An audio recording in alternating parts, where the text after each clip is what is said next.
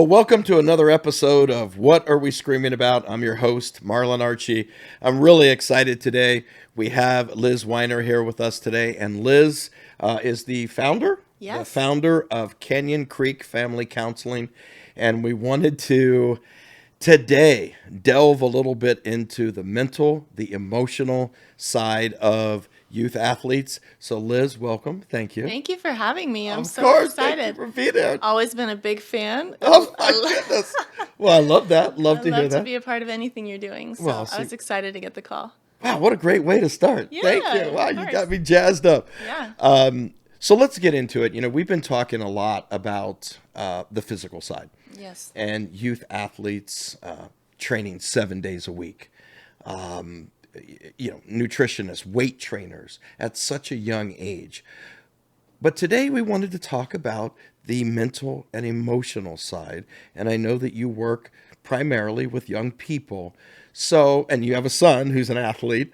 So, from the professional side, what would you say? Is it healthy to have an 8, 9 year old training 7 days a week?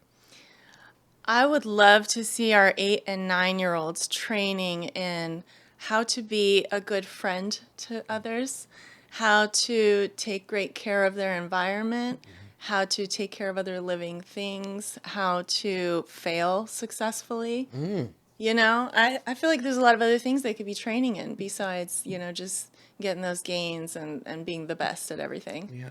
What Yeah. does fail successfully mean? Oh my gosh, this is a huge focus for us here at Canyon Creek because we do tend to work with some folks that are in communities where, there's a lot of people that are, we'll say, higher SES, socioeconomic, right? So they have access to more things like the coaches and the nutritionists and, the private coaching, all of it, it's very expensive, right? So when you work in a community where people have access to all of these things, even down to basic nutrition, right? Like that's a whole other thing. Like we could have a whole another podcast about privilege in sports. But, there's just this need for being the best and this need for perfectionism. And, we work with those families often. And one of the things that I'll tell them is, hey, like, have you ever thought about maybe just going out in the backyard and putting up a couple of, soccer nets and like soccer goals and then, miss the goal again and again and again, like tell dad that who's known as like the tough guy athlete, tell him just keep missing that goal and let them watch you do that. Let them watch you work through your frustration. Have a feeling about it. Don't be Superman with the chiseled perfect face and the perfect emotions at all times. Be frustrated and overcome that. It's that growth mindset parenting. Sure.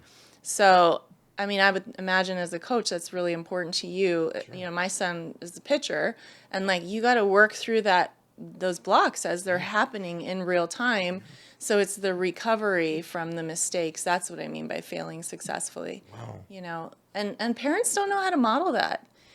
Parents going through their own Because we personal. want perfection. Yeah, it's this culture we're in, and parents want kids to be so sheltered from any distress. Right, which I get it. Like you don't want to dump your stuff onto your kids, and I honor that. But at the same time, how are they going to know you're human? How are they going to know that you can't do it all and that you're not the top 1% at all times, that you're just normal? So, I guess what I'm hearing from you, and correct me if I'm wrong, but going in the backyard, dad takes 8 year old child in the backyard, and he's intentionally missing the goal Intentionally miss the goal. to show how to deal with failure. Yeah. So like That's for me, interesting. it was really interesting because I'm kind of a late bloomer in some areas of my life. So, my son got to see me. I was raised in a sheltered, like city girl kind of a way. So I didn't have, now I'm a mountain girl, but I didn't have access to those things. My family, immigrant family, not a lot of resources to do all those cool things. So he saw me learn how to snorkel, learn how to just deal with the ocean. Now I'm a mermaid. How to ski. I cried on that mountain. I'd be throwing things left and right because I'd be struggling. He watched me go to grad school, go back to school while I was running a school and parenting a little kid, He got to see me try new things. I was dancing and hula and Tahitian. Just like I'm always kind of putting myself in situations where I have to go through those learning stages. And, so I'll give a quick little therapist moment here. Okay. Okay, so people don't understand that there's like 4 stages of learning, and you can't go from A to Z. And they want their kids to go from A to Z, but Sure. it's like chronologically, they're not ready even. Their brains are not ready. Their bodies aren't caught up. Emotionally, they're not ready. Like they haven't learned how to deal with the pressures of just being on a team Right. sometimes, or being on one of those very prestigious teams that Yeah. has a reputation. Maybe one of the kids' parent is a professional athlete, and now everybody has to be Yeah. playing at that level, which is not a realistic expectation. But anyway, you start at unconscious incompetence. Okay, so that's like I give the example of a kid who wants to go outside to play, a little toddler.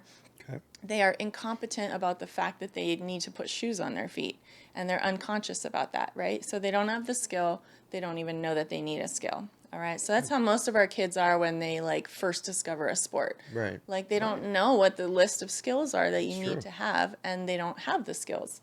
And then from there we go to conscious competence. Okay, so now we're conscious that we have a conscious incompetence. We have a conscious awareness that we need to learn something, Right. but we're still kind of going to get the shoes, but we don't know how to tie the shoelaces yet, right? So then from there we go to conscious competence. That's where I was headed. That's stage 3, Right. which Right. is okay, now I know where the shoes are. I can go get them, but it's going to take me a minute. I'm going to be here fussing with the little Wow. bunny ears. And then the final stage is unconscious competence. Okay, so it's like when you drive a car. There's like 50 steps to start a car. Right. Nobody thinks about each step, they just do it because Right. they're natural and they're great at it and they're experienced. But everybody wants to go from the unconscious incompetence to the unconscious competence, and they skip the 2 stages in the middle. And this is where I think a lot of kids feel like failures because you're setting them up for failure. But do you think some of that is because we live in a results based society? Athletics are results based. So they want to get from point A to point Z. Yeah, we live in a society where everything is measured by numbers. That's how I put it. So it's the intangibles that nobody's valuing, Right. right? So it's like how fast you are, what your stats are, Right. what your weight is, how much money that scholarship was. All these things are numbers, really. Yeah. So, how much the car cost that you drove, all of that is a number. Oh, our technician's coming in to fix your mic. No, you're right. And numbers equates to the scoreboard, Yes, right? that score itself is numbers. Yeah. That's the numbers. And we specialize in eating disorders and body dysmorphia, and athletes certainly are vulnerable and at risk for that too. And that's another number, right? And like is. making weight. Don't even get me Oh my started. goodness. Don't even get me started. So it just sets you up for not trusting your own intuition, not trusting the learning process. Yeah. Yeah, we could go all into that eating disorder. another but day. Yeah, it's another day. But I just saw this morning Sydney LaRue, who's a professional soccer player for Angel City, who's one of my favorites, and she's now coming out talking about anorexia, that she has suffered with anorexia throughout her playing career, and she took off this past season due to some of those issues. And hey, we wish you well, Sydney. Yeah, for But sure. yeah, And there's our just boys so too, and the our boys. boys. I think they're kind of flying under the radar a lot of times, but they're struggling with that. Yeah. But yeah, that's another day we can talk Yeah, about. we'll for talk sure. about that. But really, the perfectionism is a big one. I always think about my son's second grade teacher. Shout out to Mr. Perez at Woodland Hills. He used to tell all the kids, and they're coming from these families that are high achieving perfectionist families. Everyone's beautiful, everyone's great, everyone's rich. And, he would tell them, you're not special. Go ahead and get in the line with everybody else. Yeah. It's like this revolutionary thing. But I could tell you right now, like probably 100% of those kids would say Mr. Perez was their favorite, because he told them the truth. Right. And everything else is just setting you up for these unrealistic expectations. And I'm going to call out my coaches here. How many times have you been told as a parent out there, like your kid has this wild potential to be the next Babe Ruth or whatever, right? Oh boy. If only you sign up for this program. That's right. If you sign up for this tournament. And so I think that's where people are drinking the Kool-Aid too. It's like a self-fulfilling prophecy. Coaches don't want to see parents, putting that pressure on their kids, but then they're creating this dynamic by selling them a false bill of goods, which is like, realistically, they're all just going to have a great time, Right. hopefully, maybe play some college sports, wonderful, and then they're going to go on and they're going to build their full lives, right? But I always talk about the fun aspect. To me, the fun should be the foundation. And I'm seeing it more and more and more that there used to be recreational sports, and we'll use soccer and baseball as an example. It was kind of recreational, t-ball, and oh my goodness, look at them. Oh. But now it's kids are playing travel at 6 years old. They're traveling out of state at 6 and 7 years old. And how do families do it? It's like you have to have, first of all, two-income household. Oh, So right away, you've eliminated a lot of the kids. absolutely. Because realistically, you can't. No. You can't do it. I don't know. It's just so frustrating to see how much kids miss out because of these, these extreme expectations. Yeah. But we're talking about this, and we're talking about how society has changed. I mean, since my kids played sports, things have changed dramatically.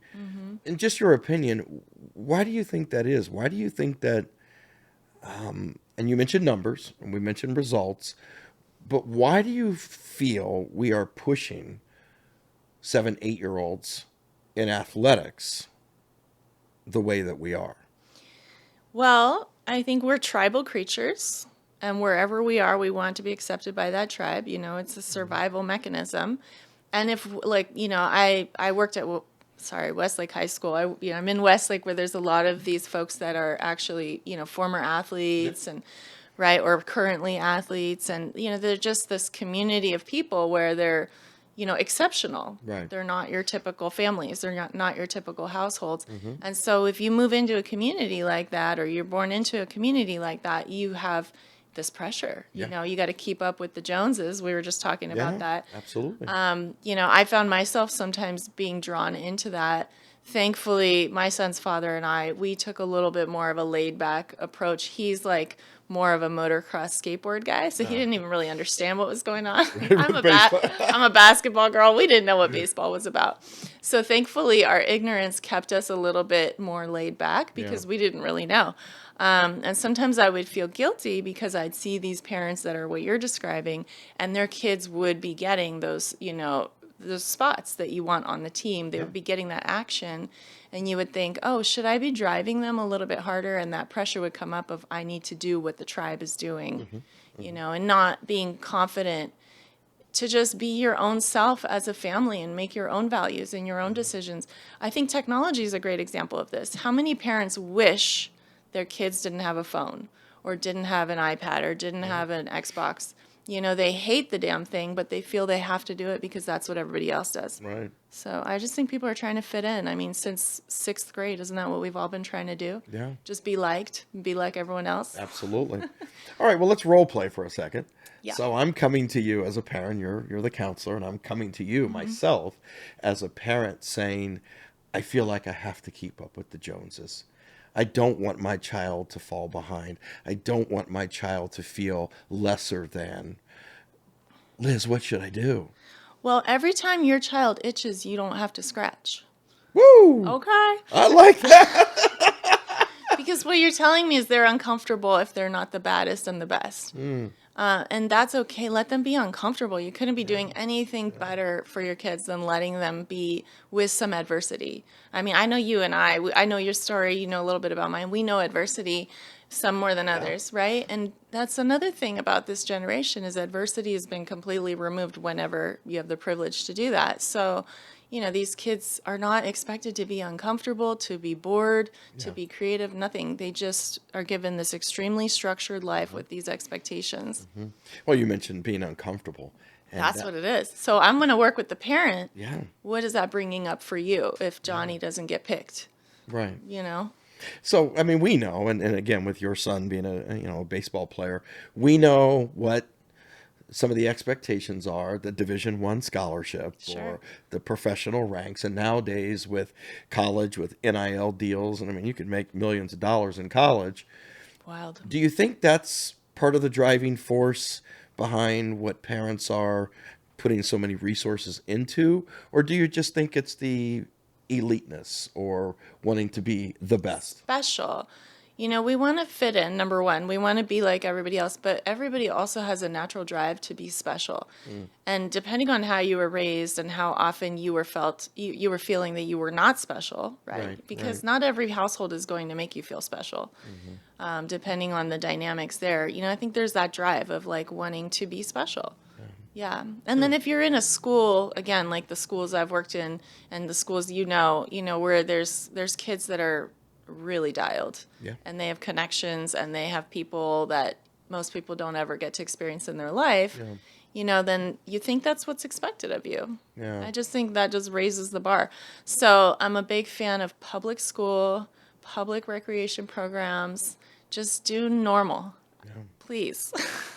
Yeah. I mean, and in some ways I agree. I agree because it needs to be normal. Working in high school athletics, I see the competitive side. I see what maybe the end goal might be, and many of my players have achieved that, but that's not cut out for everyone. Yeah. And so again, I go back to the fun and go back to the do it for reasons of health and exercise and that type of thing. But I want to go back to the failure for a second. Yes. When a parent puts in all these resources and the kid still doesn't get that Division I scholarship, then there's that letdown. Yes. We've seen that. What does that look like? I mean, how do you counsel a parent or even a child who doesn't make or live up to that dream, that goal that was set by the parents? Well, it's a lot of what we call psychoeducation. So within each individual, we have biotemperamental differences. So how you come into this world is going to set you up for whether or not you're going to be that D1 athlete, number one, right out the womb, right? Really? So it's not all the personal trainers and I all don't that? think so. I don't Okay. think so. I think if you're lucky enough to get the nature match the nurture, goodness of fit there, then you have great chances. However, there are kids that just I mean, I used to work a lot with the gifted population for this whole school district right here, and I would do talks for the families, and my son was identified that way. So as a parent, I've experienced Can I it. ask you something real quick? Yeah. Because that's an interesting term. What is gifted? Because I think most parents feel like their child is gifted. Well, this is tested by a psychologist. Okay. So All they're right. doing it's just, actually you could even say it's on the backside of special needs because it's another form of special, right? And those kids actually do have a lot of difficulty. But it's just their brain sees things a little differently. They're going to put a puzzle together in a faster pace than another kid would. It doesn't really mean that they're better. It means they learn differently, right? And just working with that gifted population, though, that's how they come into the world. And if you put them into a standard classroom, they're going to struggle because they want to go to the highest level of learning that they can. They want to do the hardest assignment, the biggest project, because biotemperamentally, that's how they're geared. So they test that in second grade. And that's not really the coaches and the families and all the resources. That's that kid.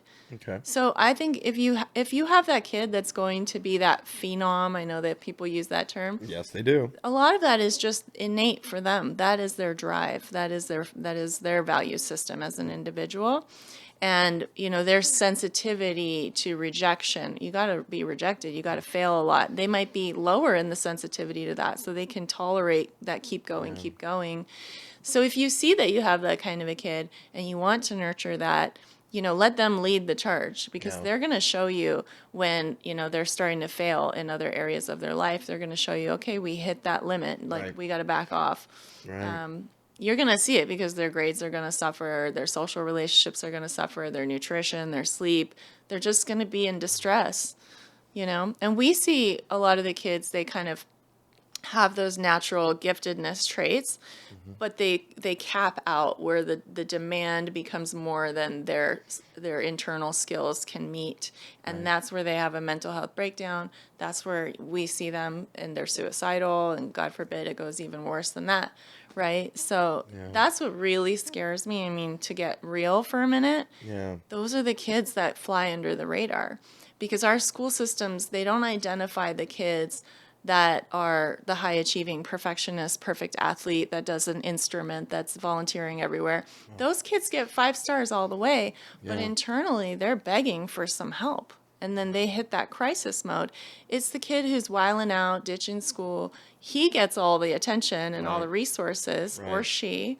But this kiddo, because they're beautiful and rich and successful, and they're not going to get on that radar.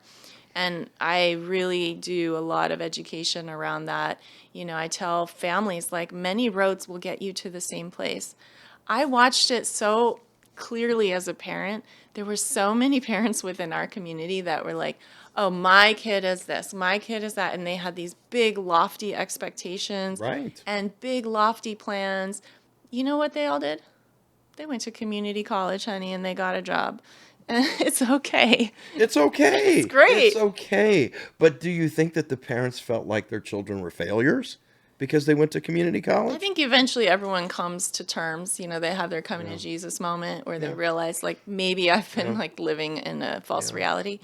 But it's with the grades, it's the GPAs, it's all the AP classes that they're actually cheating to get through. Yes, they're cheating because it's not realistic. Wow. Okay. I know this firsthand. I've seen it. So, these kids they're just killing themselves to make it all work. It's not, something's got to give. And in that case, a lot of times it's things like that. Like, we're not actually doing the work. We're not actually learning. We're just doing whatever we have to. Yeah. I wanted to hit you with something here and have you think about this for a second, because I had a guest on, and the guest said, back when we were growing up, we would go out, we would play ball, we would come home, watch TV, do whatever, and be creative. He said nowadays he feels as though parents do not allow their children to be bored. Oh, gosh, that's the truth. Yeah? You think that's the Well, truth? they did a study a while back where if you were staring at a blank white wall, you had more brain activity. Like, there was more parts of your brain lighting up than if you had all of the stimuli coming at you that kids have nowadays. So the boredom's good for you. It's good for your brain. Sure. Yeah. Just to take a break. And to learn distress tolerance. Let them be uncomfortable. I can't think of anything more important. Let your spouse be uncomfortable. Let your kids be uncomfortable. Let yourself be uncomfortable and ride the wave. You're not going to die. But we're not really allowing that, because where we are today in society, whatever the terms are, helicopter parents, lawnmower parents, they don't want their children to experience anything uncomfortable. And then they're going to see how uncomfortable it can really get. Because Well, when they yeah. crack, then they're going to see how dark it can get. But we see it in sports, and from the emotional standpoint. I mean, I go to games of literally 6 and 7-year-old kids playing, and parents screaming at them that you're not good enough, that you suck. That just hurts my heart. It hurts my heart, and that's Yeah. the reason why we decided to do this podcast. can't Because it even- hurts my heart to go to a game on a Saturday morning and to have parents degrading their children in front of others, Yeah. but that poor child is hearing you suck at 7 years old. So I'm going to tell you, I do different kinds of trauma therapy. And guess what comes up a lot in my therapy sessions with people, not just the high school students, but the 50-year-old, the 60-year-old, sports trauma.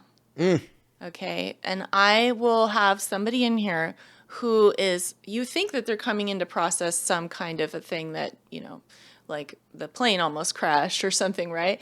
But it always links back into the brain to feelings of not being accepted into the tribe. That's a big survival one. So then, unworthiness. And like, if dad was in the stands and you were up to bat and you struck out, first thing you're going to do is look at dad. And if he's doing this, Right. he's shaking his head. I know I got to say words. I can't just do gestures. But he's shaking his head, looking down with so much shame. We're animals. We're reading each other. Even at 6 years old, animals understand what's happening emotionally with the other part of their tribe. And it's like, oh my gosh, I caused my father to feel that shame. That's a wound. And then I've had to do sessions with, sorry, coaches, I've had to do sessions with kids on basketball courts to work through coach trauma. I've had to, thank goodness the TBI stuff is getting better, but there is a lot of trauma around sports There is. that's held in the nervous system that later becomes, inflammation, illness, suffering of all kinds, mental health, and we minimize that in the moment because it's culturally normalized. But Yeah. that's where we have to look at. I mean, I've been coaching more than 30 years, and we have to be cognizant of, yes, we're teaching the X's and O's, but what type of effect are we going to have? And I'm not perfect. I've never claimed to be perfect, but I want to learn. I always want to get better. And you're mentioning coaches, and you mentioned coaches several times. Coaches need to hear this Yeah. because coaches, in my opinion, more so than anyone else, outside of parents, can have such a long lasting effect, can have such a detrimental effect Yeah. on young people. The way that, like you said, the gestures, you can drop a fly ball, the coach can slam his hat down and say, "It's okay, Johnny," but Johnny They're sees, reading the body. there you go. Yeah. There you go. So we have to be very, very aware and cognizant of that. And shout out to the coaches that are. Absolutely. Because God bless them. That kept us in baseball for 15 years. There was always those stars along the way Yep. that really did care so deeply. And some of them, they're out there. Outstanding. Yeah. Yeah.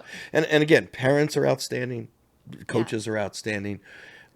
We're not here to bash anyone. We're here to, at least this podcast is about raising awareness. Yeah. And you're bringing up points from a professional standpoint of how in your 40s and 50s, you can come and sit on this couch with Liz and say, wow, what happened to me when I was 10?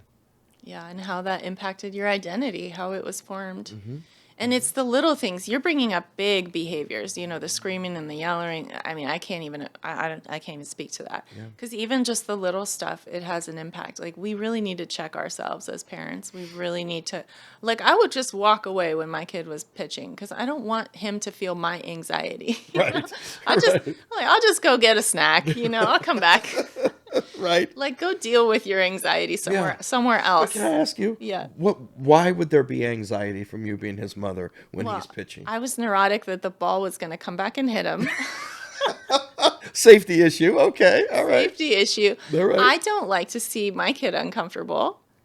I just don't rescue him from it. Oh. It's still uncomfortable for me. I mean, he's out there as a 20-year-old now doing independent life, and sometimes it's uncomfortable. I still don't like it, but I don't rescue him. And I actually told him that, at a certain age, I said, listen, there's no more rescue plans here. You're an adult. You're going to figure it out. And you know what? He's amazing. I mean, he's killing it. So. Well, good for him. Yeah. But I'm just laughing over here because he's got mom in the household that's a counselor. And Poor kid. Poor kid, right? What could be worse? Oh, my goodness. Yeah. But it's so helpful because, again, the same things like, I'm not going to rescue you. We have to allow, and I say it all the time as a coach, we have to allow athletes to fail. We have to allow student athletes to fail. It's how we do recover them.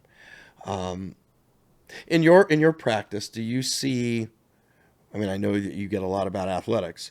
What about academics? Because for me, working in high school, it's education-based athletics, or at least it should be. But I don't see parents putting as much or as many resources into private, lessons as they do with the athletics. Yeah, I mean, we end up hooking up our students with things like executive functioning coaches to just help them learn how to learn. Again, going back to that complicated example I gave of how you learn. But, people don't learn how to learn, right? Yeah. So if parents would invest into that, because that is, I mean, I'm a lifelong learner. I mentioned earlier, I'm always putting myself in situations to keep on learning. And because I'm not afraid of it, because I'm comfortable with, not being the best right out the gate, that's wonderful. And I'll keep enjoying life. And we want that for our kids. So invest in them learning how to be the best learner of whatever they're drawn to. Yeah. Right? Allow them to be uncomfortable. Let them. Let Go, them. Mel Robbins.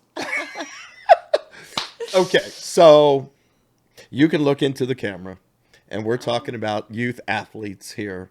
What would be one piece of advice? And you can, as short or lengthy as you want this, what is one piece of advice that you would give to the parent for a child maybe under 10 who is starting out for the first time playing athletics. They show a little bit of promise, but now it's let's go. 7 days a week. Let's go. What would you say to that parent? I would ask you to ask yourself, what would I be focused on if I wasn't putting all of my focus on this? Because there's probably aspects of your life that need attention, your relationships, your history, your well being, and be a good example to your kids by taking great care of yourself and taking that time to be introspective about what would I be doing if not this? Most of the behaviors that we get involved with that create chaos are avoidance. Okay, we're avoiding what we really need to be doing. Okay, marriages often need attention. Yeah. What do? We focus on the kid instead. We pathologize, we obsess, right? Just focus on your own stuff, right? See what's missing there. How can you grow your business? How can you improve your relationships? You have the brain maturity to go work that hard. They don't yet. And touch upon living vicariously through your child. Oh, jeez. See, I'm hitting you with the good ones Like right now. it's embarrassing to watch. Like I feel for sometimes the spouse of that parent that's doing that because it's so obvious. Gosh, once again, like what would you be doing to feel better about yourself if it wasn't on your kid to do that for you? It's not their job to do that heavy lifting to make you feel like a king. Like that's just unfair. Yeah. It's their job to learn how to make friends, make the bed, eat the veggies, walk the dog. That's their job. Make the bed. Yeah, I like a made bed. Okay. I'm still learning how to make my bed. Well, you need to make your bed, honey. That's funny. That's funny. And then to the coaches. I mean, what do you say? We've talked about coaches and the impact that they can have. But again, coaches, listen up. Listen from the counseling standpoint, the emotional, the psychological standpoint. What's the best advice for coaches? You know what I think gets in the way is there are parents that behave really badly and it creates such a bad taste in coaches' mouths that they have this aversion now that I'm just not messing with these parents, right? And the wall goes up, the collaboration ends with the community communicating. And so there's going to be resources that you're missing out on. You know, there's going to be community collaboration, not just with the parents, but maybe it's another role model in that kid's life. You know, maybe it's another family member or even a friend. But listening to what others have to say about your athlete and taking that input, you can actually probably, create better outcomes for them. And also be alerted if there's a problem, right? If something's changing at home and you're collaborating and communicating with the parent, you're going to know that and you're going to address that child differently.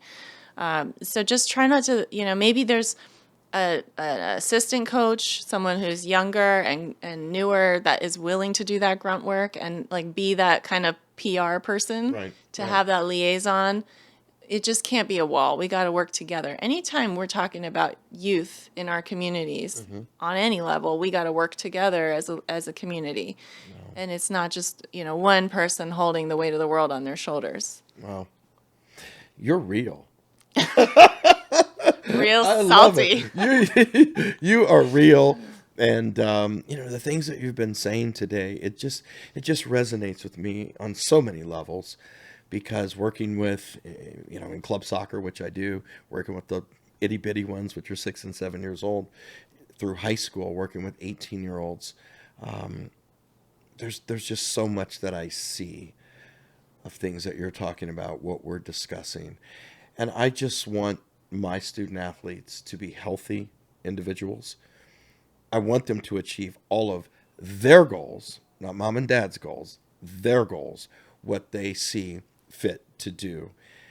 And I guess I'm just going to go back to finish up with failure. So if a young person of 17, 18 years old doesn't get into the university that they want to, or if they don't get maybe the Division I scholarship that they hope for, what would be a tool that they could use to maybe not fall into depression? Oh, we've seen that. I mean, I've seen the most tragic things happen with that. one thing you can do is prevent it by creating more opportunities for them to build an identity outside of sports. Because obviously injuries are another reason that we could have an abrupt ending to our athletic Correct. career. Yep. You know, we see it all the time, and then they're just, it's like, you know, it's like if you've been a soldier and you've been at war and you come home, you don't know what else to be, right? So just give them opportunities to have some diversity in their experience. If they're going 7 days a week for private coaching, they're not getting to do anything else. They're not getting to find out what else makes them tick. So, you know, see it as an opportunity anytime we need to shift and we need to pivot. And great things can come from it. You know, like they go to a different school that ends up being near the river rafting or the whatever, right? And like they found out they love that. Right. Or that school has a music program and now they love that, right? So something beautiful can come from it, just like any pivot in life. You know, we call it post-traumatic growth, Right. not post-traumatic stress. We can look at it as stress, or we can look at it as an opportunity to grow and expand. Well, I'm going to go back to what you said at the very beginning because I thought it was just, and I never really heard it before, but dad taking the child or mom taking the child into the backyard and failing. Yeah, the whole family should watch the failure. Wow. Let's put it on display. Wow. Yeah. Wow. Well, that's the way we're going to end this. I love it. Once again, Liz Weiner, Canyon Creek Family Therapy. This is fantastic. You're Well, doing and a good job. I just love your sincerity. I mean, it pours out of you how much you care about these athletes and these students, and I've always loved that about you. So I'm so excited that you're getting the word out to more people. Oh my goodness. Yeah. What a way to end. True story. Thanks, Liz. Thank you. What are we screaming about? Another episode. Canyon Creek Family Therapy with Liz Weiner.